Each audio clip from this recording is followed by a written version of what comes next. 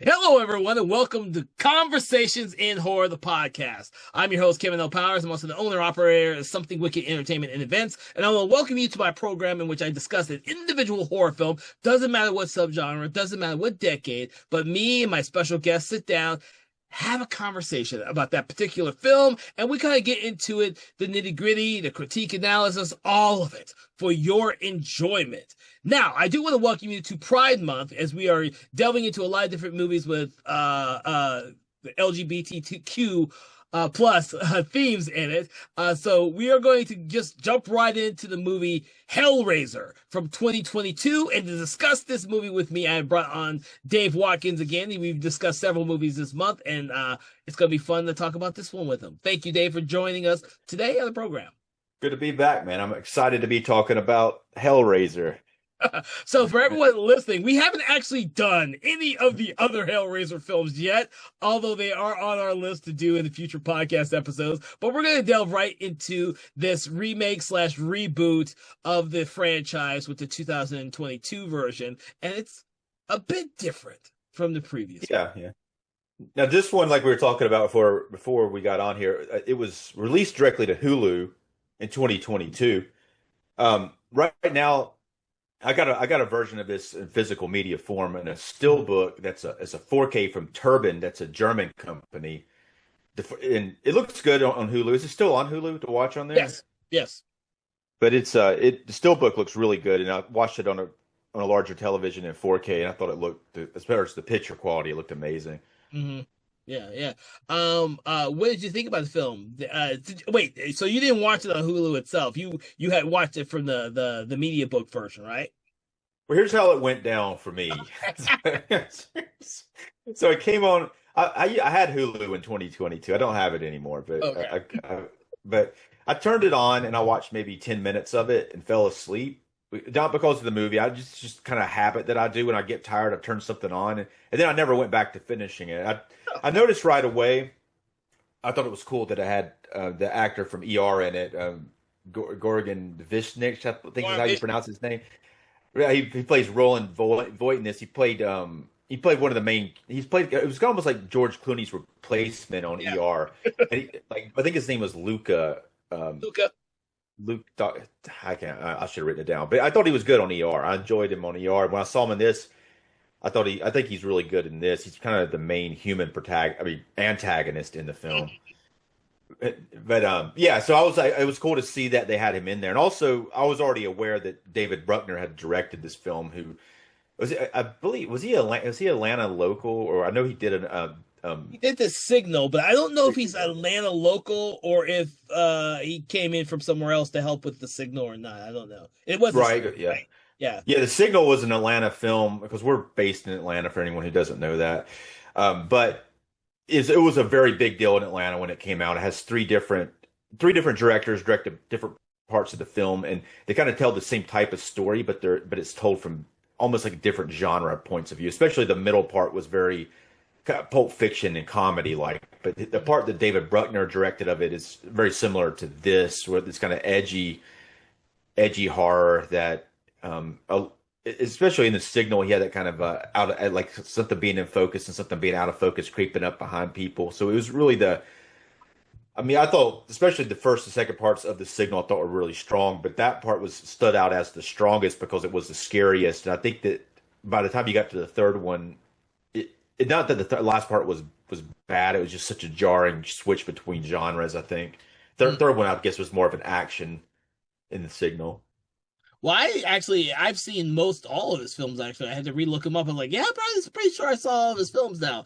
And because I really enjoyed The Signal when it came out, and I saw it before they had the whole theatrical release and all that type of stuff because it was a local film. And I kind of liked his progression with the types of films that he did and the cinematography in his films, and I like the fact that this is even though it's got that little indie spirit to it, still it is a very glossy version of a Hellraiser film, which you kind of like the grittiness of the original two, and then of course by the time you got to the third one, Hell on Earth, the Bloodline, it seems very slick before it goes into straight to DVD form.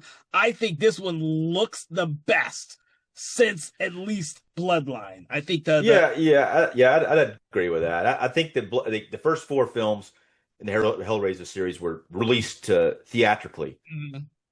And, after that, they're all straight to video. So there's some good ones. Most of them aren't that good. Most of them aren't even really Hellraiser movies. I had another like a different script, and they just kind of script, and then they just like shoehorned Hellraiser in there somehow into the stories. This one is very Hellraiser. Like I think what you said there when you said glossy. That is definitely what this is. Still a little gritty, but it is a lot of glossiness to it, which is maybe a little too glossy. But they do try to play with the lighting. It does look Mhm. it's sometimes dingy and dark and almost hazy. But when you see the Cenobites, like the creatures from the Hell dimension, they do look shiny sometimes or glossy and almost. I mean, they look a lot different than they have before. Yeah. Yes. One of the things I really liked about the film is how gritty a lot of the early scenes with our main character Riley is. Riley and Trevor and her friends before we get to Voight's mansion scenes. The mansion is like this.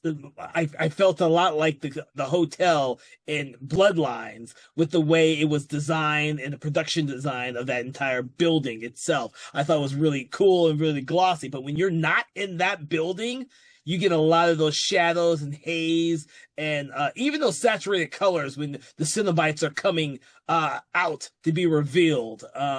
Yeah. And this film has a lot of stuff that has never been attempted in some of the other films prior to this, and that's one of the things I really enjoyed about the film. I didn't see this on Hulu I at all. I bought a Blu-ray version of it and ended up watching it that way because I didn't have Hulu. And I really enjoyed the film because it made me feel like this should have been a theatrical film, and I would have enjoyed seeing it in the theaters as opposed to something that went straight to streaming or straight to video. Yeah. Well, yeah, I agree. I think should have went straight. Should have been in the theater. I think it was because of the time frame when it came out in Yeah, 2022. I think that's the reason. yeah. It had a $14 million budget, which I mean in 2022, it's. I That's mean still a small budget. yeah. I mean it's funny though how budgets work sometimes, but it is a small budget, but they got that, especially with that house location. That's a really big set, and it's a very impressive set. The set design on it and that Roland Voigt's house. It's funny. Another thing that it kind of reminds me of, but not as intricate, but is the 13th Ghost Oh yeah. house, the House of Glass. But just because it has all these contraptions and the doors close and all that kind of cool stuff. No, I mean you can see some of that in the production design aspects. The so-called sky window, where you obviously see that the patterns from the Lamont configuration are all peppered throughout that entire house. But of course, in the film, you realize why it is because Voight has created a more or less prison of which these cinemates can't just come in if they're not like let in. Uh, Yeah, yeah. I He's like. trying to outsmart the Cenobites Yeah, like that. That's going to work. But. I know. Well, you know what? That was one thing we're getting to that, and I want to say that one of the aspects I loved about this is how much into its own mythology it is crafted for this film. Like it is very separate from the other films that came, Yeah. which is why I say it's like a reboot. Like it's still the Hellraiser world, but the way in which it operates is very different from any of the previous films. There is like when Riley discovers through Voight's diary that there is 6 different configurations and they all have names and purposes. Something that we haven't seen in any of the other films because simply people solve the puzzle in the other films, and that's when the Cenobites came from them. There is a means for this. Yeah. I thought the configurations were interesting. We've seen the Leviathan before, Yes. which is the final configuration, but that's the Leviathan's actually in some of the other films, not as the box, but as it actually shows up in this one too near the end. But it actually is, I think, the ruler of hell, and it's even though it is like a box that looks like it almost looks like a double like diamond Mhm. shaped the spear sort of thing. But it's been in you've seen it in the sky in Hellraiser too, in the hell world, hell dimension. But it's in charge of everything, is what I'm to believe. Yeah, yeah. It would be interesting because they from my understanding they went through a lot of elaborate story elements to craft the kind of the history of these different configurations, of which we as audience members don't always see it all. Yeah, Um and we're not told it all, but that adds to the mythology, like something they could build on later if they wanted to. But I was aware that they yeah. created all of it so that they have it there. Right. I wrote down notes on the four, I mean the six configurations. We get to see three of them in the film. Um, at least three of them. I may have missed something, but the lament is the regular box shape, and then we see lore, but it's not used. The lore is knowledge, which is the second configuration. The third one is, um, I think I can't read my writing. It is Laterant, which means love, and liminal, which we'll talk about later. We do see that one, and that's sensation. Lazarus is resurrection, and that's mentioned. Yeah. And Leviathan, because Lazarus is the one they want to do, and Leviathan, which is the final configuration, is power, and also what they say an audience with God Yeah.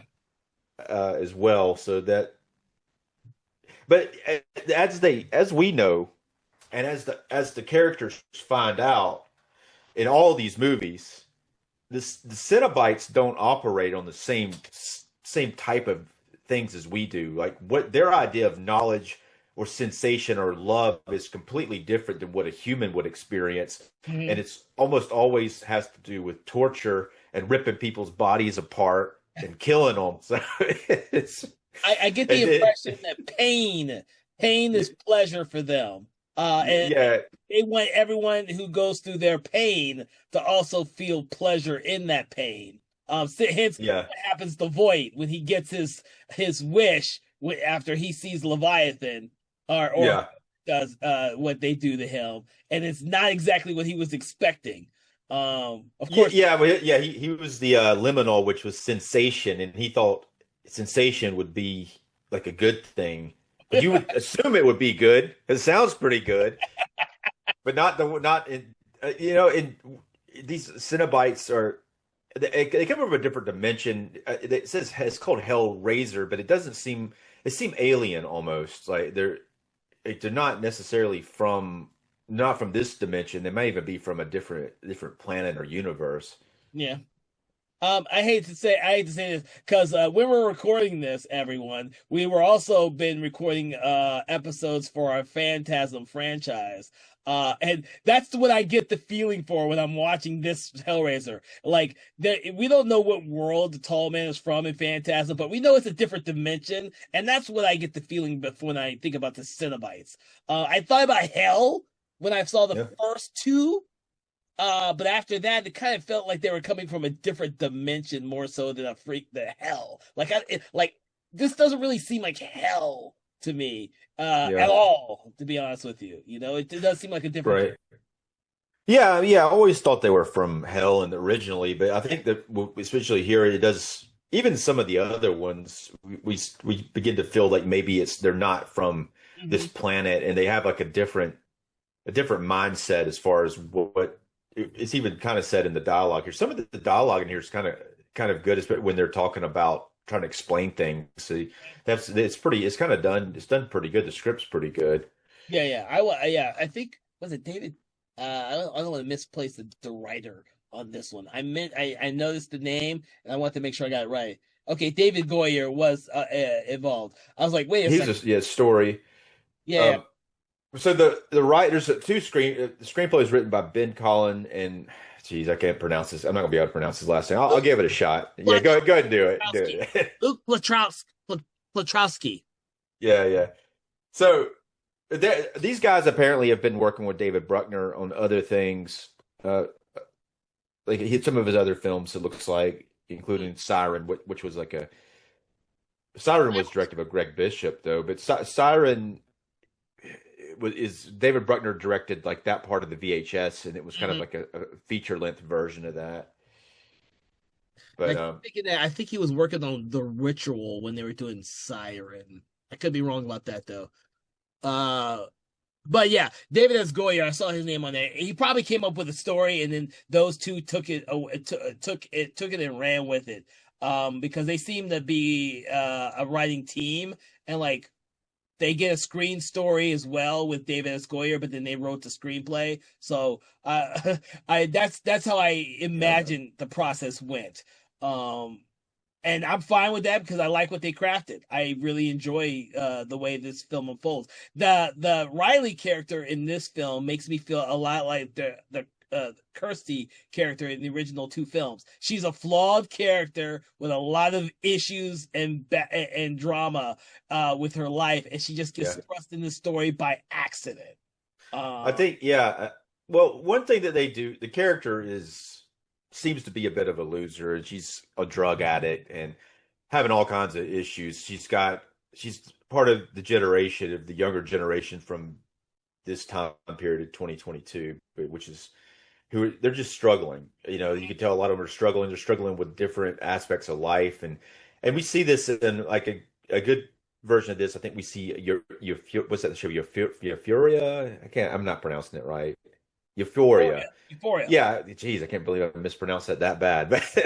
But it kind of reminds me of the main character on that show a little bit. But this character though is at heart a good character, as we find out. And that's the important thing about the character is that she is struggling, but we find out as it goes on, unlike some of the other characters, her and the Colin character both have a good hearts, and that's an important thing I think for a protagonist that we don't always see. I mean, you know, and the protagonist in the first one was kind of like that. She was kind of thrust into this situation Hmm. without you know, in a kind of different scenario, but she was kind of wasn't like a drug addict and a loser like in this one. She was pretty well suited, but then her dad got involved with this really bad stepmom who was like doing all this other stuff, like, you know, sleeping with the guy's brother and then With trying to bring him back from hell, and you know. yeah, but Kirsty just never seemed to like her anyways, whether or not she knew any of that or not. She just Yeah. knew that her stepmother was bad news for her father, and that's kind of like where that little antagonism comes from those characters in that first film, um, and the The fact actor, yeah, he yeah, was so. that actress that plays Riley is, I'm going to try to pronounce her name, Odessa Azion. Yeah, Um, and so she's pretty good though. She's pretty good in this. I haven't seen her in anything else, but it looks like she's been in a bunch of stuff. She's been in Marty Supreme, Until Dawn. yeah, she was really good Until Dawn. And everyone we've already done an episode on Until Dawn. You can check that one out. But she did a really good job in that one. So Yeah, and I like what she does in this too. And she has a lot to do because of the. I mean, that's the good thing when you write such a flawed character is, and there's a lot for her to react to, and she does step up to it for what she mhm. has to do in the movie. Well, the thing I like about her character the most is the fact that she has the opportunity to not continue going forward with the story, but she does because she feels guilt over what she has said and done with her brother, who ends up kicking her out, and then this leads to her doing even more bad things, not just to herself, but to her friends and people who actually genuinely care about her, like Colin and Nora.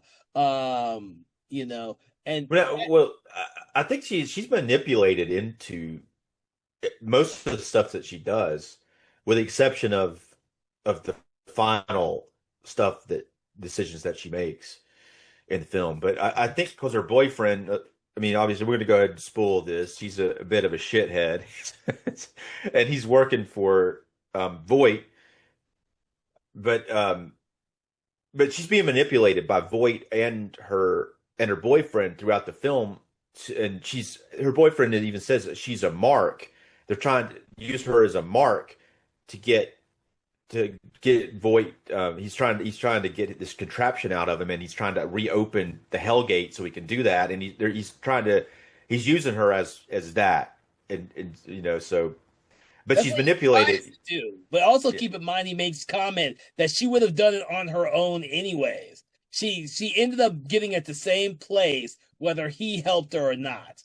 And I thought that was really telling about her character. And that's not only because I actually like this aspect too, is that the priest, which is they don't call her Pinhead in this one, she's just known as the priest in this movie. Is saying these voices in her head throughout the entire film, manipulating her. I actually like that aspect that we didn't see before in any of the other films. When Yeah, the character who looks a lot like Pinhead, but very effeminate and very very skinny and all that. But it is, I think, it is on screen probably more than Pinhead usually is, with maybe the exception of the third Hellraiser. yeah, yeah. They got a pretty good bit of screen time. Now, I like the portrayal, but I don't feel like that character is the leader, but I don't feel the same kind of gravitas I feel from Doug Bradley's version of Pinhead. I don't feel that, like, I almost don't feel like it's the leader of the Cenobites. I feel like it's just another one of the Cenobites. That's interesting.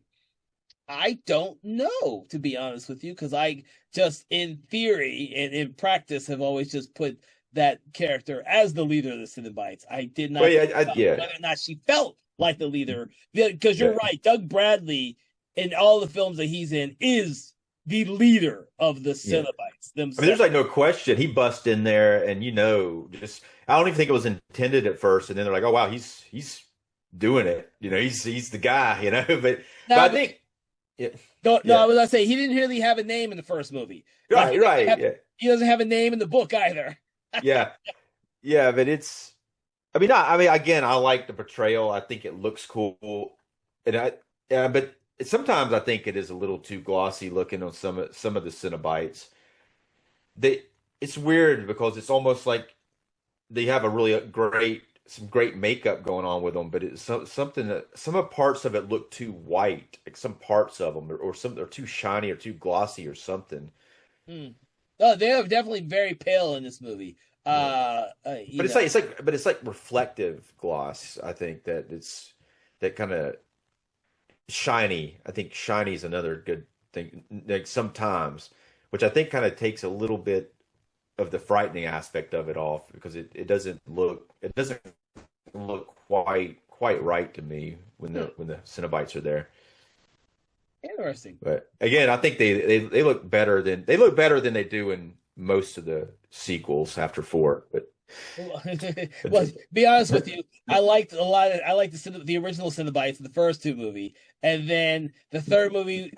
Even though they're fun, they're all highly forgettable. And then, of course, the fourth one has yeah. Angelique, which Well, that yeah, look returns with one of them in this film. That's very close to being that more Angelique one. I can't for the life of me tell which one by name they are. I just have the names for all of them, but I do not know which is which, other than the Chatterer. I can tell who the Chatterer is. yeah, I can tell who the priest is, but I can't tell who the Weeper, the Gasp, and the Asphyx are. She might be the Asphyx.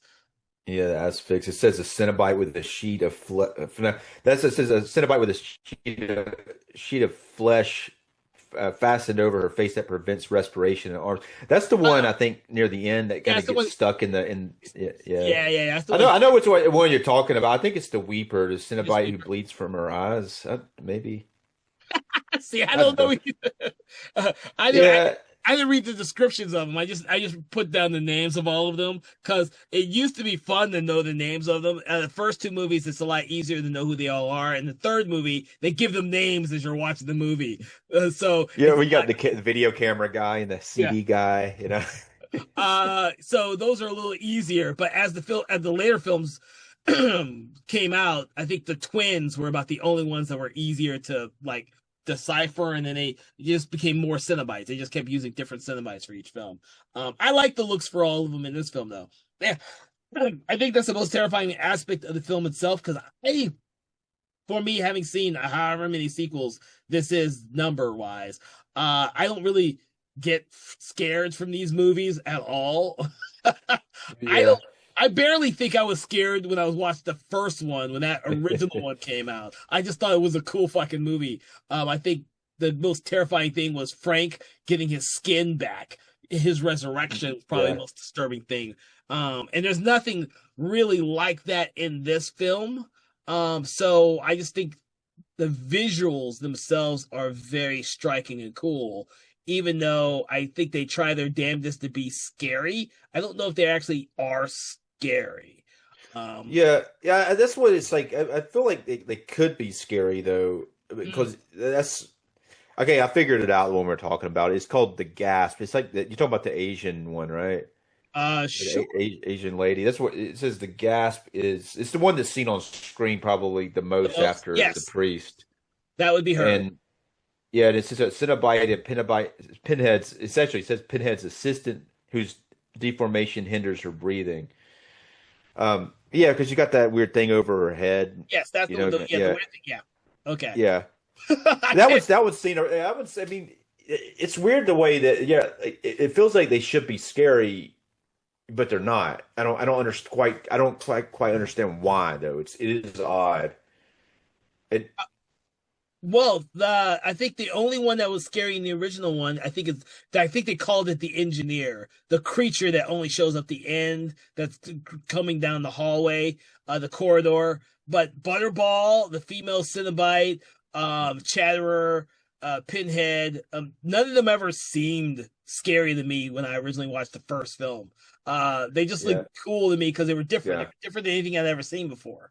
So I yeah don't know yeah if this film will be scary or not because they're still playing on that aesthetic that makes them look almost like this S&M aesthetic and sexual and gory aesthetic, but we've already seen yeah. it in other movies, so it's like it's not nearly as innovative and different. It's cool to me. It's cool. Yeah. Yeah, I mean, yeah, I agree that with the original Hellraiser, the Cenobites are a little bit scary, but I mean, it is more of like that's cool. It's cool to see.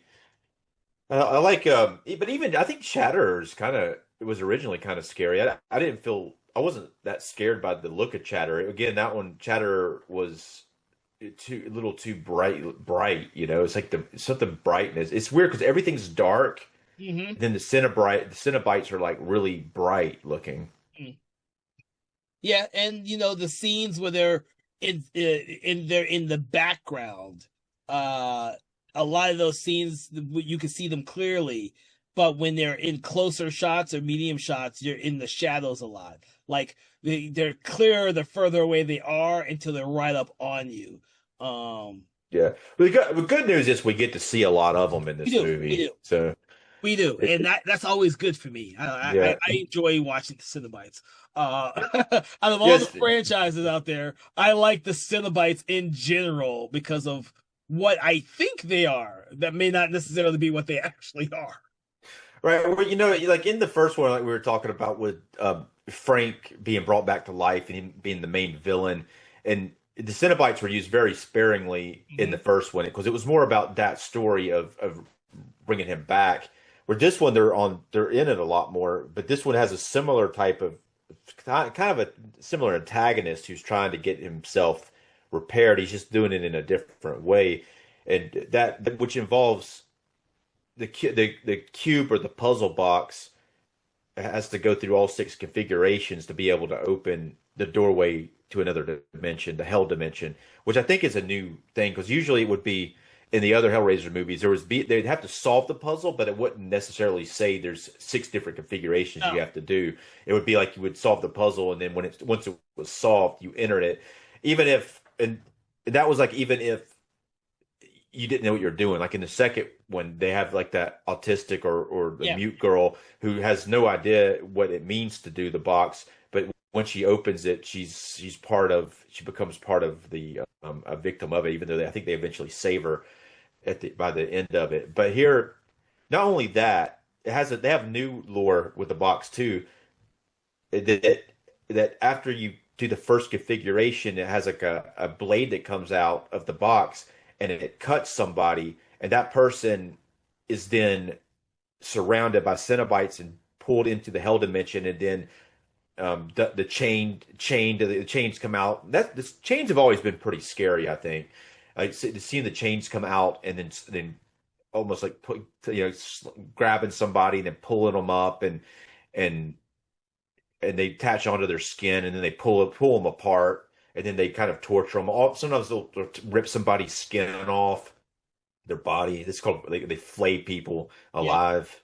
And then sometimes they just rip them completely apart in multiple different pieces. Yeah, but those chains are part. I think they come from the Leviathan is where they come from, Mm.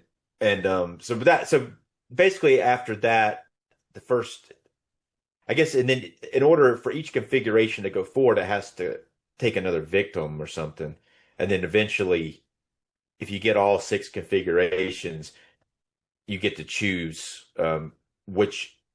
There's six configurations, but you get to choose which one of them that you want to use really you basically become a Cenobite. That's your ticket to becoming a Cenobite, but you get to choose which one of the configurations that you want. It's considered a prize for completing the box six times. There's a little flawedness going on with that because it's a little unclear because you stab people each time and what you have to be able to trick somebody into getting stabbed each time, and then Roland's able to manipulate this by having his house, and he's able to separate himself from getting attacked by the Cenobites while someone else is getting killed. Hmm. So it's a little convoluted, but it's kind of cool too. I actually liked the way it unfolds in this story because when you first see Voight with the first victim, I think his name is Joey. Yeah, Joey, where he's manipulated by Serena. Because she goes to like a gay club and she finds him, brings him back to Voight's mansion, and he becomes the first victim when he saw when first the box kind of like mesmerizes him. That's what Well, happens. dude, yeah, Character. The box kind yeah. of mesmerizes them. His entire Joey's entire persona is pulled towards the box when there's so many other artifacts in Voight's mansion that he could be looking at. Um, and then of course he solves the first configuration. And we see everything unfold, and we see that Voight is watching, and he just watches because later on we realize that he has to do six victims in order to have an Yeah. audience with God. Well, he's actually in that scene. Um, Joey actually does the last configuration, the Leviathan configuration, and that's when he gets his prize. He's the sixth victim of the Yeah. first thing, and they have to kind of start over after that because like that's all we see. But a couple things I do want to point out. What's her name? The assistant who's like a lawyer Serena, working for him, Serena, played by Hayam Abbas. I think is how you pronounce her name. Hayam Abbas was on Succession. Did you ever see that show? I have not seen the whole thing, but yes, I do know she. I know who she plays in Succession. Yeah, awesome show. I love that show. But she was really she played like the main character's wife in that, or Brian Cox's character's wife. Here she plays a lawyer, and she brings. It's weird because we don't see her go to a gay club, but that's actually in his house when she's talking to him. Like it looks like it's in a restaurant or a bar or something. But that's part of his house because then she's like, "Let's go down the hall to see Roland or whatever." Was that in his house? I kept. Yeah. I I thought have it to. was a club too. But they're having like an orgy or something at his house, but yeah. Oh, I kept. That's why I assumed it was a gay bar. I did not think of that as being in his own house. Right. Yeah, no, they're having like it's and I thought that the first time I watched it and the second time I thought that too, but then on the third time I was taking notes on it and then I noticed I was like, wait a minute, she actually tells him to go down the hall. And so the whole opening part after the first scene is her getting the box from Getting somebody by sells it to Serbia. her. Yeah, but it's unlike the what we're used to in the other Hellraiser when someone asks, "What is your pleasure, sir?" and then they sell you the box. That don't happen, unfortunately. But she goes and gets it from this guy who seems like not that. I mean, he's a little shady, but you'd think he would be a little little different. He seems just kind of like a normal guy who would be selling something shady, and he sells her. The box is inside, or the puzzle box is inside of a big wooden box that protects it, and we know that because we see that wooden box later again when somebody gets it out. But I don't know. But yeah. It's not that important, but I just thought it was like you thought it was the same thing I thought it was, that they were at a dude, bar or something. But yeah. when I rewatch it, I'll have to think about that because I did not think about it like that. No, it's the way the place looks versus when it shifts from that location to when Voight and Joey are together. I was like, oh, Yeah. so she took him to his house. I did not think of, yeah. Yeah. But then what happens after that, then it goes 6 years later, we meet Riley, and the first time we meet her, she's having sex with her boyfriend, and then he says that he loves her, and she flips out and is like, no, I don't want to hear this. Which is an interesting thing because her boyfriend here is already starting to manipulate her by saying that he loves her, because it's pretty clear that he doesn't, since he's using her as a mark for Roland Voight later on. Because you think if he was like truly, like if it was like an epiphany for him that he decided that he loved her, it would continue forward. But I think this is a manipulation. I'm actually 98% positive it's a manipulation. No, I get that too. Tactic. When I rewatched, I got the same impression too. So you know. Yeah. Yeah. And then he comes out, and then she's like leaves the sex scene, and then they come out. What do you think about that, introducing a character with like a kind of like a, it's not that graphic of a sex scene, but it does feel a little nasty for some reason, a little dingy. Like both the characters seem a little dingy to me. But what do you think about introducing characters that way? I didn't mind the introduction like that because I got this sense that there needs to be a huge contrast really fast between Riley and Trevor and Colin and Matt.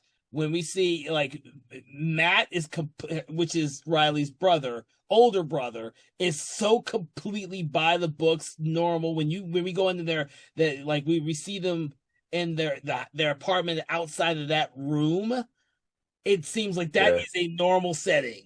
Whereas in that room, it is not. It's kind of like what we just talked about the scene I thought was in a gay bar versus Voight's house. That contrast is very fast, but it works because of what the characters are going from one place to the other. And that, I think it works fine with that one because Matt is like this overprotective brother who sees potential in his delinquent sister, so to speak, who is more or less, I guess, like you were saying, is someone of this modern age who feels like everything's against her. She's just working from paycheck to paycheck. She can't get by, and she's on the poverty levels. She can't have her own place without mooching off her own older brother. I mean, right. It does seem like, it seems like she's always the victim, and she is the victim on top of that in this. But on top of that, we see her room and the way that it looks, and we know she doesn't take care of things either. So that's why when we first see her room, we think it's like almost like a really, I guess, low rent house, the way that it looks. And then they come into the apartment and it looks fairly tidy. It's like having a bad roommate who's going to destroy your damn room, your guest room. Well, yeah, I mean that's how I took it. For a moment there, I didn't think when I first saw this, I didn't think she was going to be the main character either. So, but as the movie came on, I kept thinking more and more of like the character in Evil Dead, the remake of the Evil Dead, where she's a really flawed character where is it Mina? It's not Mina, is it? I can't remember the name of the character in my life, but I wish I could, because I would make a harder reference. But yeah, I got that sense, and I'm fine with those type of the flawed characters like that. I think that we got so used to having the good girl or the good guy be the heroes and the last surviving person for so long that seeing someone flawed like these characters is refreshing. For me, anyways. Yeah, it's me. Mia is the character's name Okay, you looked in it up. the Evil Dead remake from 2013. And it replaces the Ash character in a way because Evil Dead is a remake of it, but then they switch the genders and she becomes kind of Ash in it. Mhm. But actually, I liked it better in Evil Dead Rise. I like the character. This sister character is a similar character in Evil Dead Rise, but somehow I like the way the actress does it a lot better in that one. Mhm. But she kind of comes in there like with the same kind of situation and into her sister's house, and then and she's got like lots of problems and having to stay with her sister. Mhm. But yeah, but but yeah, I mean, then after that we meet, like you say, we meet Colin and his, I mean, kind of Trevor and his boyfriend Colin, and Trevor is all up on her ass. He's just tired of her Yep, nonsense. that's Matt. Matt's her Yeah, brother. Trevor's a boyfriend. Trevor's her boyfriend. Yeah, yeah, Matt. So he's all up on her ass. He's tired of her doing it. Yeah. He doesn't like her having the boyfriend in there. He knows the boyfriend's a loser. She met the boyfriend at a 12-step program, and they're making these assumptions that he's a loser, and he turns out really to be one. It's just, and they are bad influence. Bad She influence. doesn't. Like I Yeah, think it's a better word. yeah. I mean, from what he's doing though, he's definitely into some bad stuff. He's a thief, and he's probably obviously like a drug addict, maybe a dealer. I see Trevor as very similar to Riley, someone who is just doing bad things to get by with what they have and don't have. He gets involved with Voight more for monetary purposes because he's just as like Riley.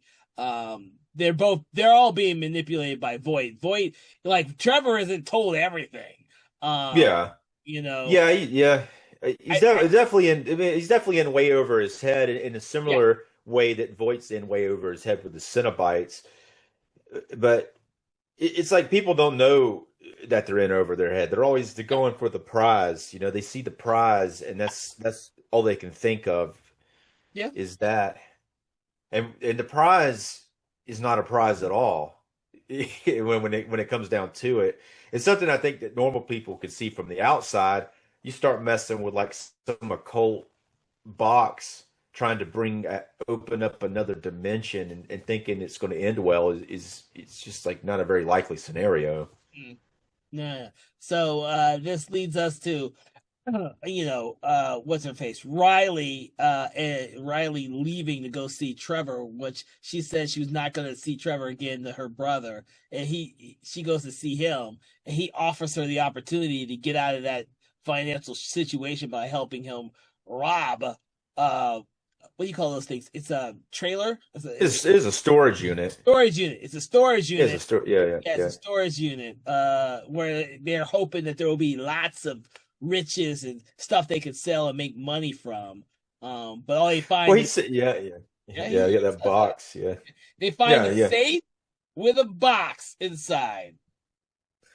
And of course, this is where you really know Trevor is manipulating on a second watch. Is like he lets Riley take it with her, instead of like taking it with him to find a buyer for it. So he already knows what it is and the purpose for it. And so when she asks for it, he said, "Oh yeah, go ahead and take it. We'll find a buyer for it. We'll sell it later. We'll split the proceeds." Whereas in reality, if I'm having my girlfriend help me break into a thing and all I find is this box that may or may not be worth a fortune, do you think I'm gonna let the girl take it with me? That's not being sexist. That's just being the character, because he's the thief. Yeah, yeah. He's the one that would Right. have someone to sell it.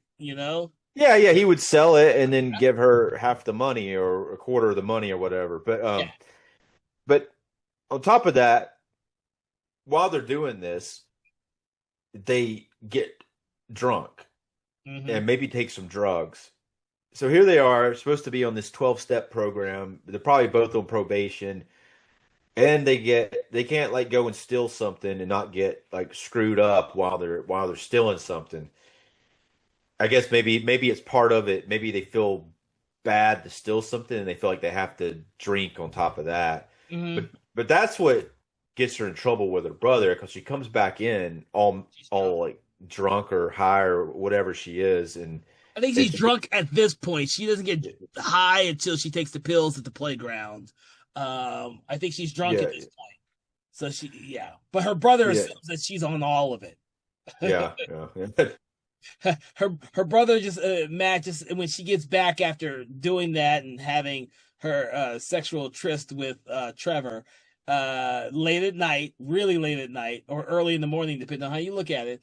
Uh, they Matt and Riley get in this huge fight. And Riley leaves. Um, The thing about an addict, like like an alcoholic or a drug addict, like they can't have any of it. Once you get over past that point, if you start, it's like a relapse. If you go and get drunk, then you're relapsing into, and then he knows that she's an addict, and yeah, it is a relapse, and he's yeah. tired of it. He's like, she just doesn't, she's not going to do right. He's trying to take care of her, but it's almost like some people, when you try to help them too much, they basically makes it worse because some people have to find their bottom, their in bottom before they can be helped, and she's not there yet. That's a good way of putting it. Yeah, you're right. You're right. That's how I see it too. Uh, and she goes through a lot of that in this one, in this film, Yeah. the Riley character. Because after she leaves that house, um, she goes to the playground, that's empty in the middle of the night, and she takes the pills. Uh, Yeah. What she's going to, I guess is she trying to kill herself or she just getting high or something? I'm thinking she's just getting high. I don't think she tries to kill herself. She's getting high, and of course, the box. In my opinion, the box calls to her. That's how I see it when the characters start to get like entranced with the box, like Joey did at the beginning in here.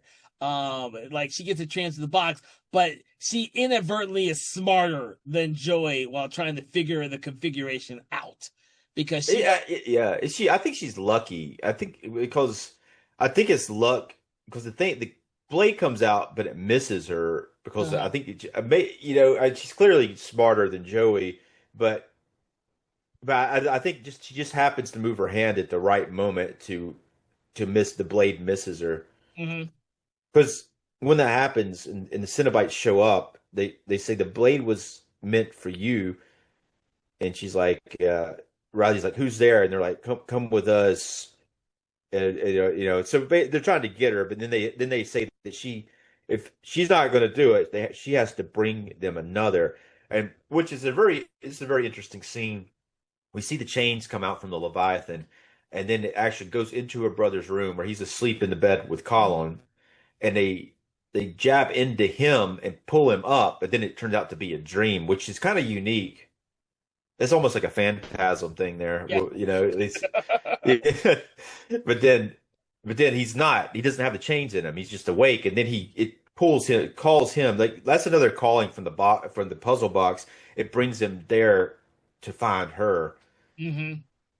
Um, I think that like the puzzle box, like you're saying, it calls people, but I think they have to be a certain type of person. They have to be somebody who's going to be ready to encounter it, or to be manipulated by it. But here, he shows up and he finds her like passed out, and she is. I think she seems to be overdosing, or he thinks that she is, and he's going to have to call an ambulance. And then he accidentally gets cut by the box, and it cuts him pretty deeply in his hand. So his hand's going to require some major stitches. But But then yeah. Go ahead. no, I was gonna say, but as he like lifts Riley up to try and get her to get quickly aware and sober, he goes to wash his hands off. We get to see the cut in his hand much deeper, and of course, Yeah. that's when the Cenobites come to get him. But we don't really see him getting ripped apart. We just or we are go back out with Riley, and she hears it. Right. Here's the screen. We do see the bath. He goes in the bathroom, and we do see the hell dimension Yeah. starting to open up. Like the bathroom becomes bigger, which is a pretty cool effect. Which I'm not sure exactly how it was accomplished, whether it was done with like practically with a set or if it was done like CGI or something, but it looks pretty convincing. Well, look at this. Every time that happens in this movie, where someone gets cut and we start to see the hell dimension, it's really fucking cool the way they do it in this film. When Nora's in the back of the van and she Yeah, finds yeah. herself in the hell dimension. Um, The back of the van especially because it almost looks like, someone starting to slowly like faint or go away, and the back of the van becomes very large and yeah, elongated as she's pulled backwards into this other dimension. And yeah. it's pretty gruesome what happens to her specifically. She gets flayed alive. Well, the other thing I really loved is the fact that the hell dimension kind of opens up in front of all of them several times. Like we see it open up through the roads, and they're all three of them are able to see it at that point. At that point, it's Colin, I believe, Colin, Riley, and Trevor who can all see it. Right, So yeah, they're in the van trying to drive away and it keeps opening up and yeah, and yeah. yeah. I really like that's something that you don't necessarily see in any of the previous movies. A lot of times it's really just a singular person thing. But I like how it comes in and out in this film. It's visually cool. A lot of times the van one, I just really love the way they did it in the van. But yeah, it happened several times. I really like that. Right. But then when she wakes up and he's gone, Matt's gone at the playground, and then she calls the cops, and they can't find him. He's disappeared. We do see like the Cenobites for the first time before that. We're talking to her, so it was kind of it. They look pretty cool when we see them, Mm-hmm. and then after that, it's she has a vision of the Chatterer Cenobite. Like she next day, like her and Trevor are like I think they're having sex, and then the Cenobite like shows up in the room, Yeah. and then it's Yeah. like, yeah, I it's can't another. remember if that happened a lot in the other films, where the main character would have like dreams or nightmares of the Cenobites like that, other than Inferno, because it just seemed like I can't remember all the details of Inferno, but it seemed like Craig Schaefer's character was just stuck in a loop of nightmare in that film. I don't. So other than that film, I'm not sure if the characters in the real world had nightmares of the Cenobites like she does in this. Yeah, I think it's the Cenobites are trying to get her to continue on, which the next thing is that they go to investigate the box because she asks Trevor's like, where did you get this from? And then he's like, they track down Serena, who's now an assisted living facility, Mhm. and she seems to be dying from some kind of lung disease or something like that. She's having to wear a respirator. Um, and then during the course of talking to her, like she gets cut with the blade herself, and then they end up taking her, and we see more with her than we did with Matt.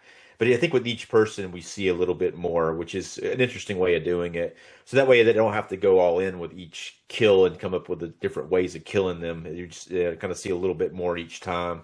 It's interesting. Yeah, it's an interesting observation. I didn't think about that.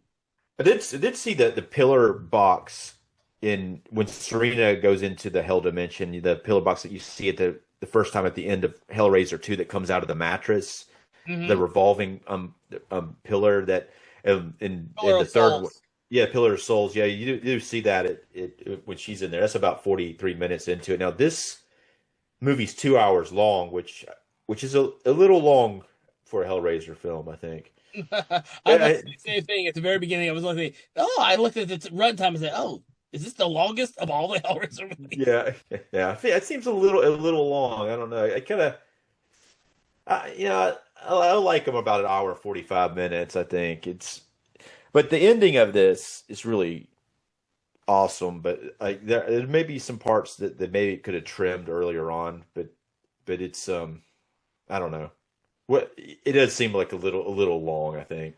I think trying to reestablish the world and give more kind of background to the world is probably why. Because remember the first one, there's very little mentioned about the Cinemites until they really show up towards the end. It's really about the whole Yeah. Frank character and relationship between all of the characters, and not so much about the Cinemites. In this one, there's an entire backstory of stuff that's going on behind all the characters' backs when it comes into Voight territory. Um, Right. like we didn't, so I think that right there adds a little bit more time to the story. Because you mentioned Serena gets sucked into the hell world after accidentally getting cut, and then I think the next person is Nora. Right, yeah, but after Serena though, that's when they Riley goes and does research on the computer, and she Yeah. finds Voight's mansion, and then she actually goes to the mansion herself.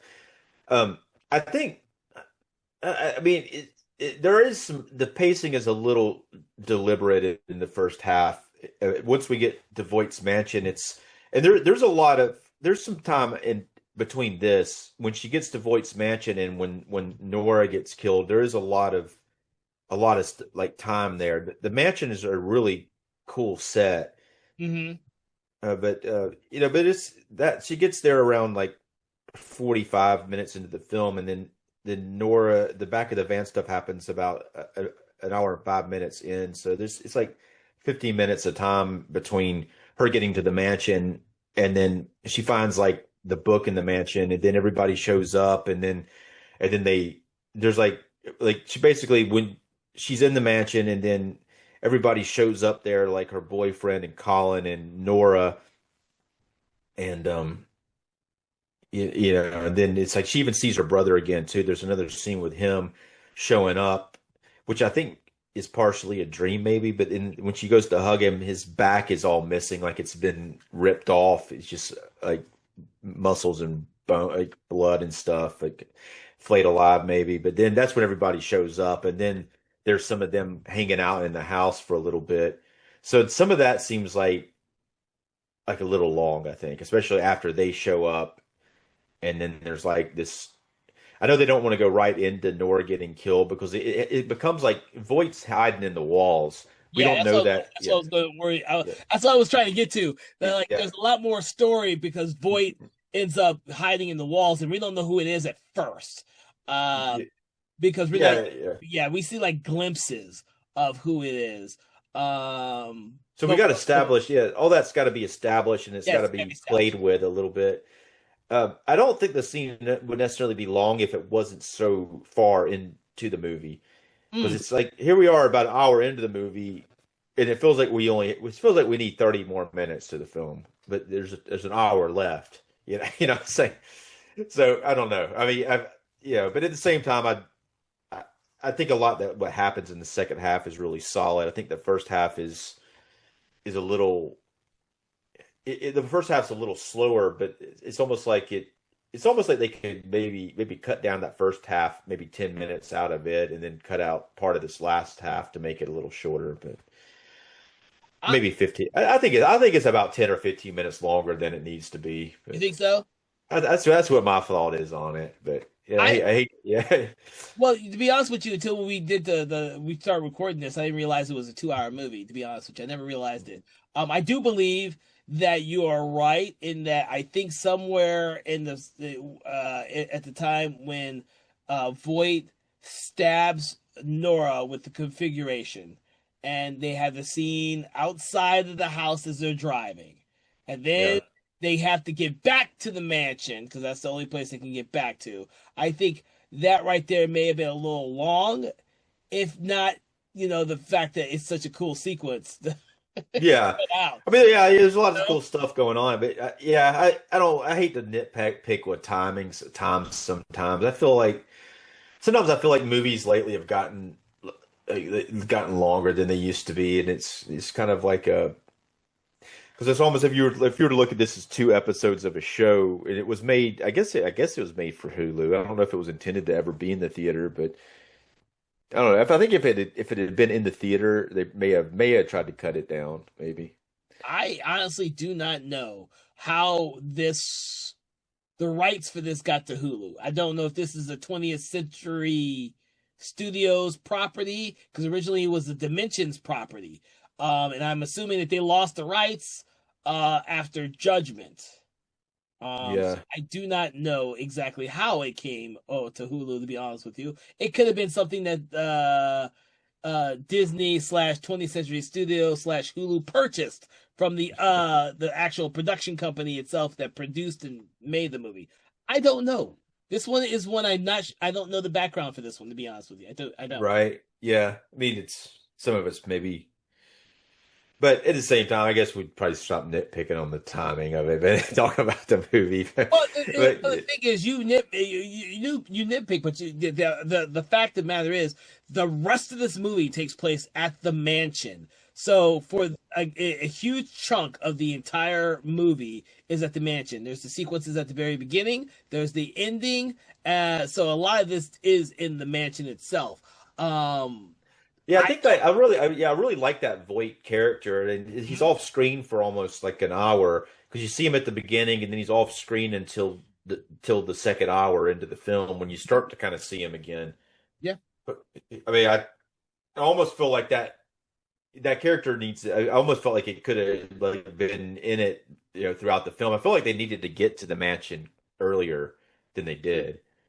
Yeah, and you might be right about that. I don't know how much of this film was designed to be kind of a mystery, so that the audience only gets a parcel of information.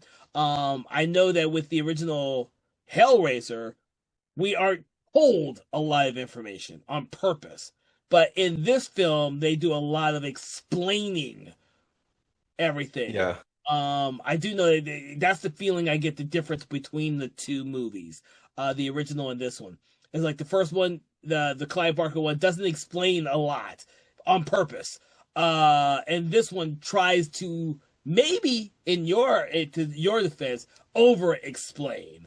I don't know. I would like to. I would really love to ask someone who has never seen the original Hellraiser films and just seen this one to ask them what they thought about that. As someone who's seen literally all of the Hellraiser movies, I found, like I said before at the beginning of our conversation, I found this one to be one of the better ones because of the amount of stuff that they did to set it apart from the previous movies. I like the mythology building in this one, and there's a lot of mythology building, in this movie. Uh, right. Yeah, yeah. I thought all that was pretty cool. I've seen like I was reading around online, some people not necessarily liking that they changed it, but the new blade coming out of the box cutting people. But I think it's a kind of a cool thing to kind of change it up a little bit, add some different aspects to it. yeah, and Uh, I mean, when you look at the box, because we get with this film, we get a lot of close-ups on the intricate design of the Lamont configuration in this film, and I think they did a really good job of it. Yes, the blade is different; it's new, but I'm like, it's not just a blade that just comes out and just kills people. It has a purpose. It more or less, in my opinion, anyways, it not only marks the victim. But it yeah. also sends them into a state of euphoria, in my opinion. And before they get ripped apart by the Cenobites, they are in a state of euphoria, almost a state of pleasure, or at least what the Cenobites think of as pleasure. Yeah. Uh, you know, so that's how It's I kind of yeah, see it. So yeah. I actually like that aspect of it. Instead, Yeah, I wonder though if there's more than one box. Like the other, like this isn't possible. It's probably isn't the same box as the other films. Maybe there's different boxes. yeah, it's interesting because the way that Voight, who is the occultist person who found the box, explains it as it being the only box out there. But as we all know, in like the Hellraiser lore, like Hellbound, Hellraiser 2, there are lots of Lamont configurations out there. Although if you go by Bloodline, he only made one box. So who made the other Yeah. boxes? I don't know. Yeah, the Lamont configuration is like the normal square box on But this. well, The Lamont, in the previous movies, the box itself is just called that because it was built by it's called Lamont. Lamont. Yeah, Yeah, I got you. I see what you're saying. That's why it's called the Lamont configuration in this one. But this box can change yeah, because it the other has box different did. Yeah, forms. yeah. I was gonna Boxes changed too. They just didn't change nearly as much. right, yeah, but this one gets elongated and it starts Yeah. looking weird and and all this, and it looks eventually like a double-sided blade for the Leviathan configuration. I like Um, that. I yeah, like that. yeah. It's pretty cool, but it's definitely different than the other ones. It's going to makes me think that it's more than one box because the box didn't initially. I mean, unless it's just this is like just completely different outside of the other Hellraisers film. I guess and maybe it is. Maybe it's just like a complete reboot of the other ones. But it almost like to think that it would like, it's just a different box and it's in the same universe. That's how I've always thought of this movie until this conversation. I just kind of thought it was one of the many different boxes out there. Uh, I think, and the fact that a lot of the stuff is not explained in the previous movies means that, even if you believe that there are six, configurations, for this box, there could be six configurations to all the other ones. We just haven't, they're just not defined. Like when we see the autistic girl in the second one doing the box, you see it go to different configurations as she's solving it. Yeah, Uh, right. but there's no blade that comes out, which, and she doesn't get killed immediately by the Cenobites, like Kirsty doesn't get killed when she first solves the box either. It just depends on who solves it and how you solve it. It's almost like I mean, it should always be the intent. I mean, I think that people are often tricked into solving the box, but I think that the idea is you solve the box because you want to encounter the prize that you're given from the box, or you want to be in this other dimension. So it to me, it's almost like when someone's tricked into solving the box, you think that the Cenobites would be like, that don't even count because you don't even want to be here. It's like they want people who want to be there, but I guess they're going to take whoever. Yes. Well, no, you bring up a very valid point because most of the time when we see the Cenobites, they actually revel in the pleasure that they give people in pain who also want to experience that same pleasure. But someone who accidentally opens the portal means that they don't want to be here. Yeah. So why are we like? Well, we don't want to take him. He doesn't want to be here. He's not gonna have fun with our pain is pleasure. Yeah. Like they, so yeah, the way you look at it, yes, yeah, it seems kind of weird, Yeah. But it's I wrote down some dialogue from this part where Riley talks to the priest. Like the van crashes after they take Nora, and Riley she takes the box, she's going to throw it into the water, but then the priest appears, and then she talks to her a little bit. Riley asks her what she is, and then the priest says, "Explorers in the further regions of experience, of sensations, rim. Our gifts are boundless." And then she says some other stuff, and then she eventually says, "Two more deaths, and her brother will be hers. Like she can get her brother back, but two more people have to be sacrificed to get to make that happen." Mm-hmm. So she does give Riley an opportunity. That's what she's given her, an opportunity to bring her brother back. But even though they're the ones that took her brother away to begin with, and at that point the box does cut Riley. Mm-hmm. But they treat Riley different than anyone else who's been cut by the box. I think they've maybe developed a different appreciation for her since she was able to avoid the blade the first time. Mm-hmm. I thought about the very first time I saw the movie, I thought about that too. But when I was rewatching it, I kind of saw that as something similar to what happens with the Kirsty character in the first one. Um, I think the Cenobites in the way they're depicted in here, in my opinion, I think they want to find someone like the Void character who wants to experience what their idea of pleasure and pain is. And they could see in Riley that she's not only just a drug addict and everything else, but she also is someone who's hurting internally and might be a kindred soul or spirit or whatever you have that will actually find pleasure in their ideals of pleasure and pain, which is why they kind of gravitate towards her. It's kind of like the talk that the priest has with the Voight character, where they ask the Voight character, well, you don't enjoy our gift. I can't remember the exact wording, but they kind of asked, "You don't enjoy our gift? We gave you the greatest gift there was. We gave you what you asked for, but it's not Right. exactly what he thought he was asking for. I think that the Cenobites see something very similar in the Riley character, but Riley is not at that point yet where she would like give into um their what do you say, their pleasures like the Voight character did. She's conflicted because she Yeah. wouldn't sacrifice her friends for it. But that's what the Cenobites are Yeah. asking to make the ultimate Yeah. Yeah. Yeah. I mean, they make it a good point because they do see her as a person who's gonna make the choice at the end, like Voice did. Like she's the Mhm. one who gets the prize at the end, but she has to give them two more other people. I mean, the rules are a little weird because I guess there are people that they want who aren't necessarily puzzle solvers.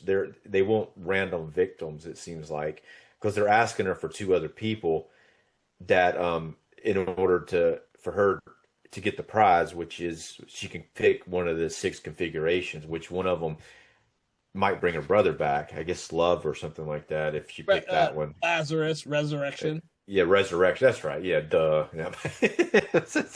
Resurrection. Yeah, yeah. That's what. Yeah, that's what she wants is the Lazarus resurrection. But at the same time, it is kind of weird though because it's like someone gets cut and then they are taken, but here she's not taken. But I don't know. It's almost like you have to. Almost like if you're the puzzle solver, like Voight initially was, I wonder how he even avoided getting cut and how he must have known the rules to begin with to be able to feed it different people. I get the sense that because they set up Voight as being an occultist who studied this stuff long beforehand, before he was able to actually acquire it, that he had already talked to people and gotten lots of stuff from people who either knew of the box or had experienced something from the box. Because that's how I see all of these films in the Hellraiser universe. It's kind of like a hearsay type of thing. You know about the box because someone that knows someone has told you about that box. And Yeah, as an occultist, he's just gathered information over the years until he was able to find the current owner of the box. yeah. One thing, but after she's given this information from the priest about that she has to give it two more souls, Mm-hmm. that she figures something out. Like her the blade comes back out and she stabs it into a Cenobite, and then that Cenobite is taken by the chains and pulled apart. The Chatter Cenobite. It's kind of odd that you could stab something that's already Yeah. in the hell dimension, and that could be okay. That it seems kind of a cheat to me a little bit. I don't know. I I do want to say that I will agree with you on that one. I do think that is a little bit of a cheat. I would think that would be I think that was just I hate to say this, that was a plot device to allow Riley a means to try and defeat a Cenobite. Um, with the Yeah, not but original not yeah. Hellraiser, there is no way to defeat the Cenobites in the first Hellraiser. You have to give them what they asked for or what you promised them. That's Yeah. how this first film ended originally.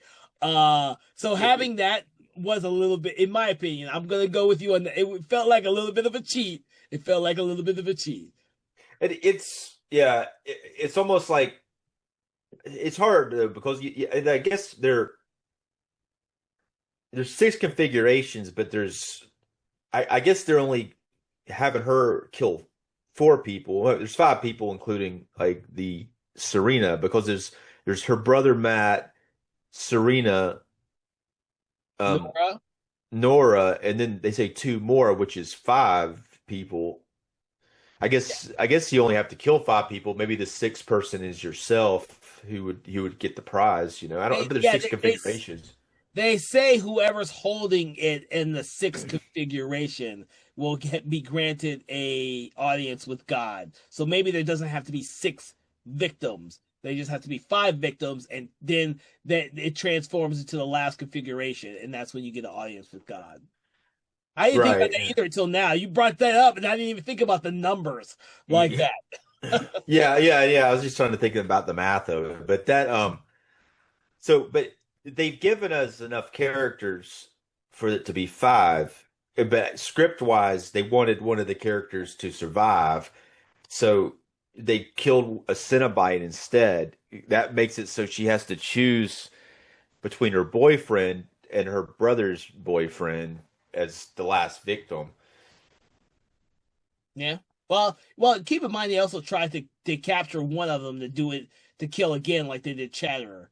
Oh Uh, yeah. I mean, yeah, but that's kind of the plot thing, though. I think that yeah. they I think set it that's the up. plot thing. Yeah. Yeah, they set it up so she has to make that decision, but the decision is made for her Yeah. because she finds out her boyfriend's been like manipulating her. But Yeah. you know, but it might have been a stronger decision had she had to make the decision though, and not have like an out of her boyfriend's a shithead that might as well just pick him because the other guy's like a good guy. Yeah.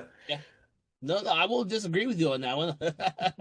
I think it's not the same thing. I think, yeah. And I think that those are the plot things that we have to deal with when we're talking about a movie like this. Uh, but I mean, for me, it didn't take away too much for the film. That was probably the biggest thing is that them using a box to kill another Cinemite. I thought that was a part of a cop out there, but Yeah, but I think her having to make that decision too is it makes the character like hard to like too because then of course it's like at that point what do you do when you have two people who you don't have an easy out if you don't have somebody who's a villain. Well, that's why. Who stab is it? I think it is Voight that stabs Colin with the configuration, right? Yeah. He gets the box twice. He gets it and stabs Nora, and then he Yeah. gets it again because people like they keep like losing the box. Like they keep not holding on to it. And then he gets it and he stabs people with it. Well, you know what? The first time with Nora, you can understand that they don't understand exactly how important the box is, so you can understand that one. But with Colin, it seems like okay, you drop the box, and then 2 seconds later, when Riley can't get to it, they can't find Colin can't find the box, and he ends up getting stabbed in the back with it. I was like, oh Jesus, man! But yeah, I think he stabs him like in the front, but like, Stabs in the front. yeah, he seems like he stabs him really good, and he seems like he almost would be morally wounded, but he seems still like moving around. He's moving But around. before that happens, though, it's kind of goofy what they do because once they find out about the Cenobite and stabbing the Cenobite, they go out.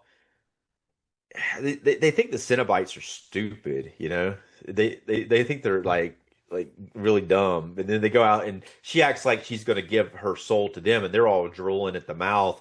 Okay, cool. And then she tricks one of them into coming inside the mansion, and then they close the door on it, and then they're going to try to stab it, and it just all doesn't work out. But It doesn't work out because their plan is flawed.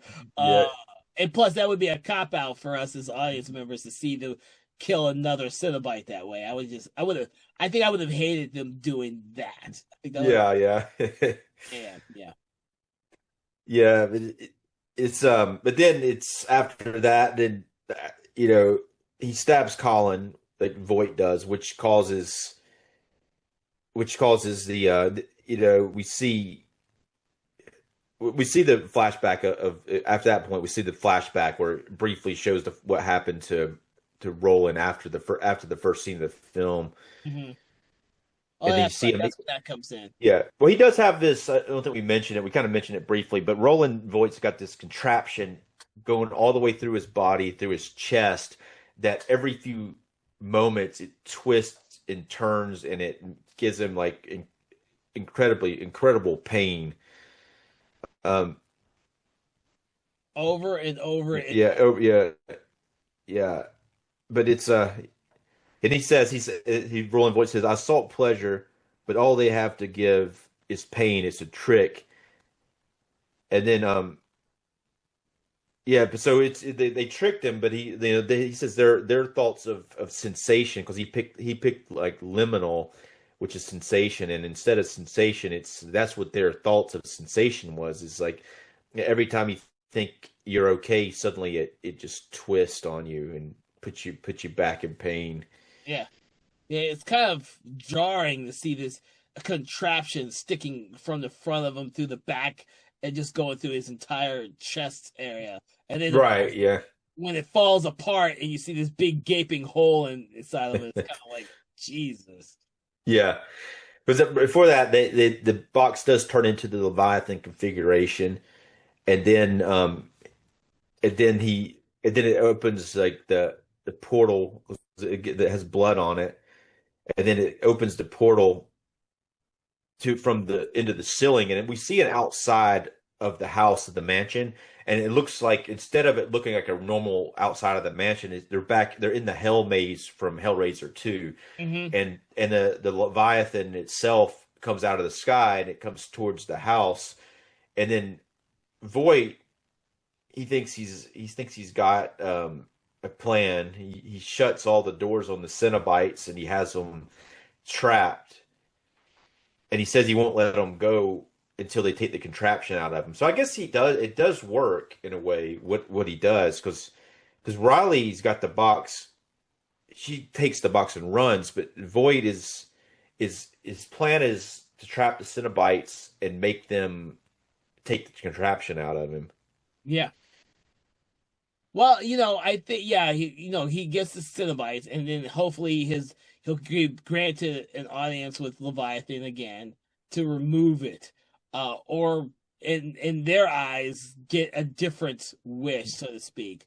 Well, Uh, yeah, that's what ends up happening. But I think he just wants to be cured at that point. yeah, But she actually says that that's not possible. She says she tells him that it can be exchanged. The gifts can be exchanged, but they can't be returned. So uh, and also during there's like a back and forth. It cuts back and forth between Voight and it cuts back to Colin, who Colin's like been since he got stabbed.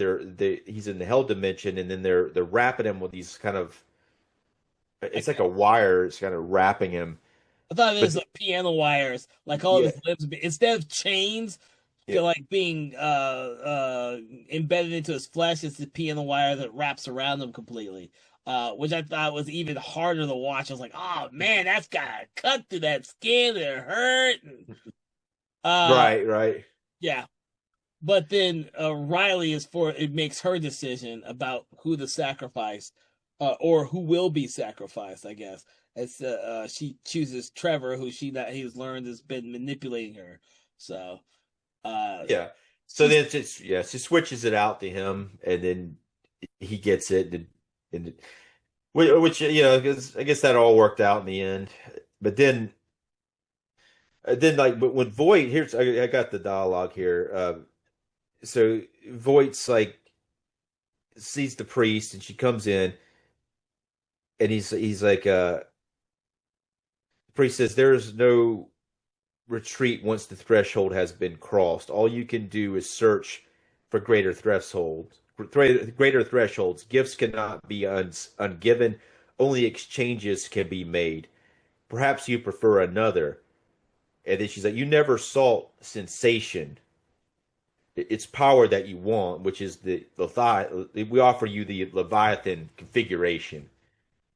And then that Leviathan configuration, he at first what you said, they take the contraption out, it falls on the floor, his body's healed, and he thinks everything's good, but then this big chain just comes out and goes right through his chest again, and then eventually takes him. So he's kind of been given that like Leviathan configuration because he can't be returned to the real world because he's made the choice to open the portal to begin with. yeah. Well, However, there is a loophole we find out with Riley because Riley also has to make that same choice, mhm. but she doesn't make that same. She chooses instead of choosing Lazarus, which is resurrection, she chooses the lament, which is the original configuration and is life. And, so it's pretty funny actually what happens there because it's almost like that's another instance where I think the Cenobites don't quite understand what it means. They're saying that life is also bad, because she gets to live, but they consider that one of the punishments. yeah, And well, here's yeah, yeah. life without without their pleasures would be worse in their eyes. But it was yeah. What's funny is because Roland could have picked the same thing. He just didn't know. But here's what they say. To them, this is probably like the worst of all of them. They tell her like you have a choice, life of regret, knowing everything you have done, everyone you have hurt and lost. Your suffering has barely begun. You choose to live. You carry that weight, bitter and brief. You choose the lament configuration. So, but it's almost like it reminds me of like this scene in A Christmas Story when the the kids like they're telling his friends or not telling his friends. He's like, the teachers like you never tell on your friends sort of thing. But it's almost like that. It's almost like it's like okay, yeah, you're right. It's gonna be really bad, I guess. Yeah, I guess lament you got me. You know, it's just- Oh my God. Yeah, but I do like the fact that they do explain each of those things. And then of course visually you get to see them. And this whole journey that she's gone through, it has been a growth thing for her. Um, More so than what I saw in Kirsty's character in the original one. And maybe even Kirsty's character over the course of the first two movies, actually. Um, I had to think about that well, again. yeah, we get yeah. With this choice at the end Hmm. that she makes, but because she chooses. Here's the thing: is she could have chosen resurrection and brought her brother back, but she knows it's a trick. She's been told it's a trick. It's just like a trick of her previous like life. Like it's a trick. Her boyfriend tricked her. It's a trick to start taking drugs again. You're going to fall back into your addiction, Hmm. and it might help. It might help your suffering briefly, but you're going to be back in this bad spot. So, but she chooses to live, and it's a pretty important decision that she makes there, which is it's nice that they give that to her, and she's able to make that decision. I think it's a pretty powerful moment. Yeah. No. I think that having that type of moment in this movie elevates it more so than some of the other ones. I have to go back when we go back and rewatch the other ones. I'm gonna pay really close attention to how the resolution with the main character is in each of them, especially with like Inferno.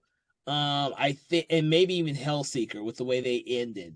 I want to check those out because I think with this one, the way in which the story unfolds and the themes based on the characters, especially the Voight character, and his journey and Riley are very interesting because these are two different people from two different walks of life. Riley is poor, barely getting by, and Voight is this rich occultist who kind of gets whatever he wants, even if it's to the detriment of his. I hate to say the soul, so to speak. When Yeah. we talk about souls, we talk about Hellraiser, so to speak. But it's interesting to watch and see over the course of this 2 hour movie these two different people's experiences going through the same experience with the Lamont configuration of the Cenobites. Yeah. And yes, and then after that, it is nice that they don't have, a lot of times in horror movies they want to give you, they do give you a horrific ending after this, but it's nice that Oh, yeah. they don't have contempt for the Riley character, No. in a way that, which I mean, they don't go, it's a good thing because she starts dark and she picks the light at the end of the movie. Now, this, what the priest says, and she tells her she's gonna have to live with regret, knowing everything. I mean, obviously, I think that could be referring, which I think it's intended to be referring to her regretting not bringing her brother back and feeling guilty about her brother's death. But Mm. I hope that that's not what she learns from this. I hope that she learns that to embrace life instead of living with that regret. I mean, obviously she's going to have to live with this regret. She's already regretting, even at the beginning of the film, she's regretting all of her decisions, but she can't stop making bad Yeah. decisions. Huh. Kind of like the Voight character can't stop making bad decisions. Yeah, yeah. The Void character is well, the Void character is just out. I think he's like one of those who's we've seen in a lot of other horror movies where there's like a really rich guy who's just bored with life and it gets into the occult and wants like a something more interesting. Like we would see that one like what was it Taste of Blood of Dracula where that group of people get in with the Yes. occultists and end up getting in a place where they realize that this is worse than being bored. Now Yes. we're in this is not and then it seems like he regretted what had happened because he's constantly in pain and he's trying to stop that from happening. And who knows what would have happened had he been healed and been able to go on with his life. He probably wouldn't have changed too much, but he might have been calmer with the occult stuff. He probably would have been like just like he Well, probably would have enjoyed life for a little bit after that instead of trying to destroy it. Well, that's the other thing I liked about about the Voight character in particular, is the fact that he's an occultist. So you would think he's the character that you would think would seek out the Lamont configuration. Um, Kind of like the Frank character in the original Hellraiser. I don't, to be Yeah, honest with you, I never really thought most of the other characters in most of these films would ever seek out the puzzle box, but the Frank character and the Voight character definitely seems like characters that would seek out the box, which would mean right. Yeah, yeah, yeah, yeah, yeah. There were characters that did, but I think that because he had that damn thing through his chest and it was constant pain that he was like, man, this sucks. This is not what I had. This is not what I had in mind at all. uh, but it It's was like, really cool. yeah. He's like, these guys isn't what these guys aren't on the level. Um, Oh Jesus! Oh man! I was gonna read this real quick. But when he's lifted up, like the Voight character, the Yeah, chains come through him, and he's lifted up to the ceiling, and then the priest says, "You will know our finest gifts," and then she says the same line that Doug Bradley says before. She's like, "We have such sights to show you," which mhm, is cool that they pulled that line and said it again. yeah. Well, the film ends with what happens to him, and I thought this was a great way to end the movie, with his transformation into I, I can't even describe exactly what or who or he's transformed into, but but it reminds me of a Yeah. better sequence than the Chenard being you know changed in Hellbound Hellraiser 2 at the end of towards the end of that one. That wouldn't happen. Yeah, yeah. Well, that was yeah, that doctor character in the second Dr. one. I was Chenard. thinking yeah, I was thinking that too. This is different because it is the Leviathan configuration, but it's pretty gruesome looking. He don't seem like he's having a good time with it. It's gruesome, but it's lit so brightly Yeah, and yeah, white, and it seems angelic, and it's so horrifying to yeah. watch. As like, They start ripping parts of his body, like his skin's like rolls off in certain places around his cheeks, yep, and it's like and he's completely bald all of a sudden. It does look like the Doctor in Hellbound too. yeah, It's it, it's a pretty cool id scene, They turn him into like a new Cenobite, which is he's on a like almost like a it's not really a cross, but it's on No. something like something like that. He's like attached to it. Yeah, yeah. I actually like that. I wasn't sure. I wasn't, when I watched this, and I tried to rectify this in my brain when I was watching this. I wasn't sure if he was another Cenobite or not. He seemed like he's gonna be oh God, it's not is it Prometheus who had the guts plucked out of him, the Greek mythology. Oh yeah, I don't know, man. I don't know on Shit, I that one. forgot. I Yeah. think it's Prometheus. Prometheus gave fire to yeah, I think it's Prometheus who was stuck chained to a mountain and had his guts eaten out every day by Oh geez. Yeah. birds. I That's how I see this guy. I see him now as someone who's up on a pedestal who can't remove, but is in constant pain over and over and over and over again for eternity. Um, and that's kind of a really depressing yet beautifully realized ending to the movie. Yeah. Yeah. Yeah, yeah. Because it's like, of course, going forward, if they did make a sequel to this, it would be really tough for him to do anything since he's up on that pedestal and his face is all jacked up, because but I don't think they are making a sequel to this, but if they continue, I don't, who knows if they would like keep that character, show him again. They probably wouldn't, but because I def- it would be a hard one to, because if they turn him into a Cenobite, because if he showed up, he'd have to be like roaming around, kind of like the Doctor did in the other one. It was kind of similar. He was attached to something too that he had to yeah. be moved around, so it could have been like that. I think I think that was just a great way to end the movie, and kind of open up the world a lot more, um, to other sequels, potential sequels that hopefully would not use other unfilmed scripts and just incorporate Hellraiser elements into them. I believe that this film right here shows the people who have the rights to Hellraiser what the possibilities can be if you put a little bit of thought into the world in which you are playing in, the sandbox you're playing in. Sort of like what Dan Trachtenberg has done with the last three Predator films for Hulu as well. People weren't expecting anything from what he did, and he has crafted an entirely new mythology to that whole thing. I was hoping that this would be really successful and we'd see something like that, but I don't know, honestly. I really enjoyed the film and read nothing but a lot of great things about the film, but I just also know that there are a lot of diverse of people who did not like the movie for various reasons, like you mentioned.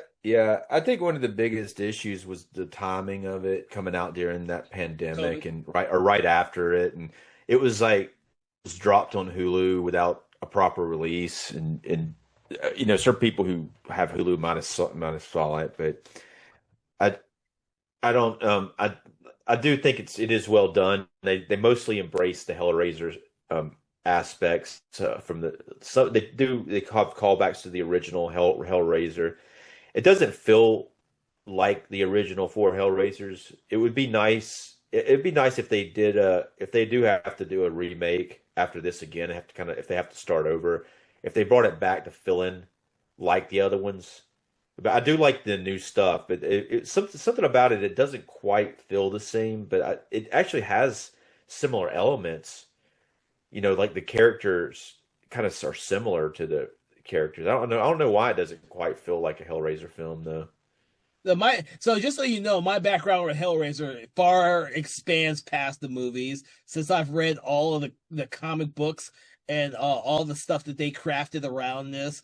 And if you've ever, for the listeners out there who have read the comic books, that far took Clive Barker's original vision. The anthology format was what the Hellraiser universe did really well. So the stories were all loosely based, and they just kind of did whatever they wanted to in the comic book format. That's kind of what I like. Which is why I don't judge the later sequels too badly. I kind of always saw them as like just one little story within the Hellraiser universe, and you either like it or you don't like it, but you don't have to like all of them. There are crazy stories out there about the Hellraiser universe, and this one's just another one that just takes a different branch off the same tree. Yeah. Uh, and I'm sure, you know what? I don't want a sequel to this as I do just another good Hellraiser movie. I think Hellraiser is a property that you could get away with just having just make a really good movie and just keep you can use the same Cenobites if you like. You know, I would hard. I mean, some of the comic books did not always use the Pinhead character, but you could, I guess, shoehorn Pinhead slash the priest into every one of the movies like they did in the previous sequels. But the Cenobite world is so vast and so huge. There are so many possibilities that you can use outside of just these main characters. I would like to see something like that, like what Dave Trachtenberg did with the fucking Predator franchise. You know, I think it'd be brave. I think they'd have to be brave. I do think they'd have to be brave. I think the easiest thing would be just to do what most audiences are accustomed to seeing. I really do. But I think you can be brave with something like this. So, yeah. Right. So, Dave, any other words from you in regards to this film? All right. Dave, I do want to thank you for joining us on the program as we talked about Hellraiser from 2022. What we do now for everyone who's listening is we love to rate the films between 1 and 5, 1 being poor, 5 being amazing. But we like to do it a little bit differently by using an object, quote, or saying from the film in order to attribute to our ratings. What is your rating for this film, and what quote, object, or saying would you like to attribute to this rating, Dave? Well, what I think I'm going to pick the Leviathan configuration of the box, and it's a I think they did a really good job with this. It does deserve to be seen more. I think it's an underrated film, and it would have been nice if it had theatrical, more people saw it. But I'm going to give it 3.5 on it. I think they did a good job with it.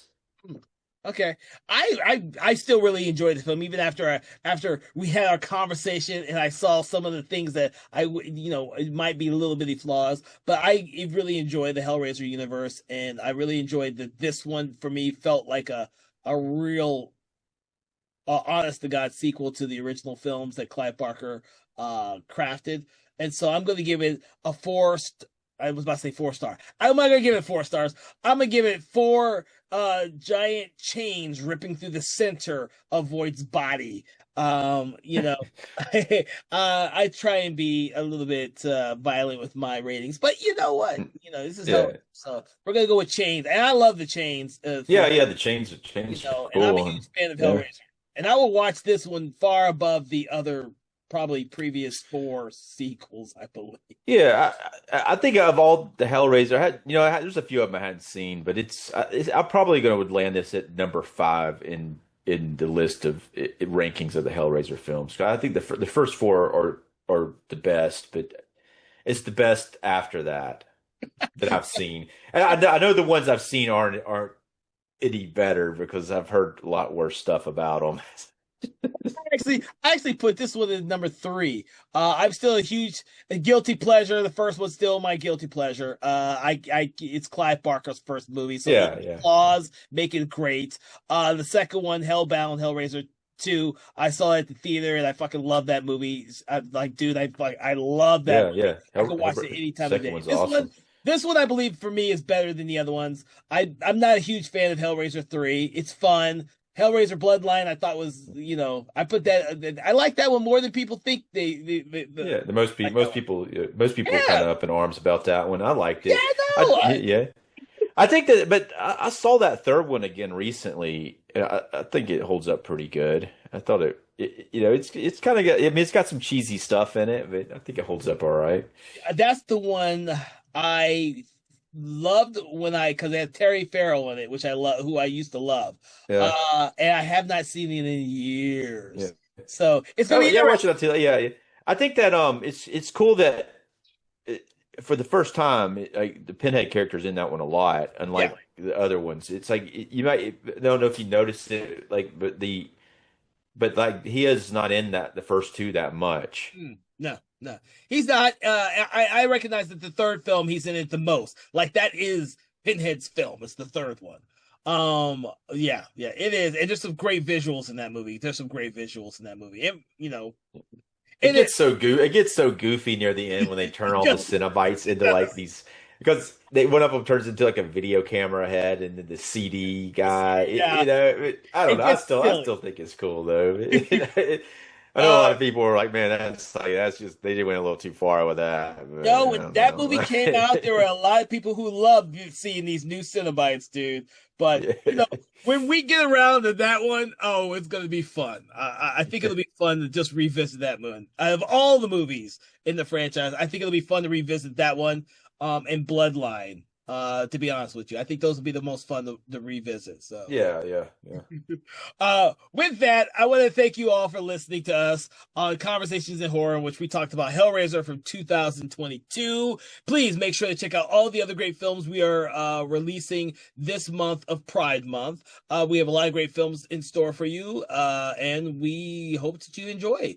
From all of us here at Something Wicked Entertainment, make sure to like, follow, share, subscribe. Do that thing you do with your favorite podcast or your favorite podcast app, Spotify or YouTube, and please make sure to check out our other podcast, Conversations in Hammer Studio Horrors, which delves into the amazing oeuvre that is Hammer Studios from the 60s, 70s, and 80s. From all of us here, have a great day, and we will see you in the next universe. Conversations in Horror is a Broken Lighthouse Pictures production, written, produced, and directed by Kevin L. Powers, executive producer Kelly A. Inoka. All contents and material from this episode of Conversations in Horror is copyright 2025 Broken Lighthouse Pictures.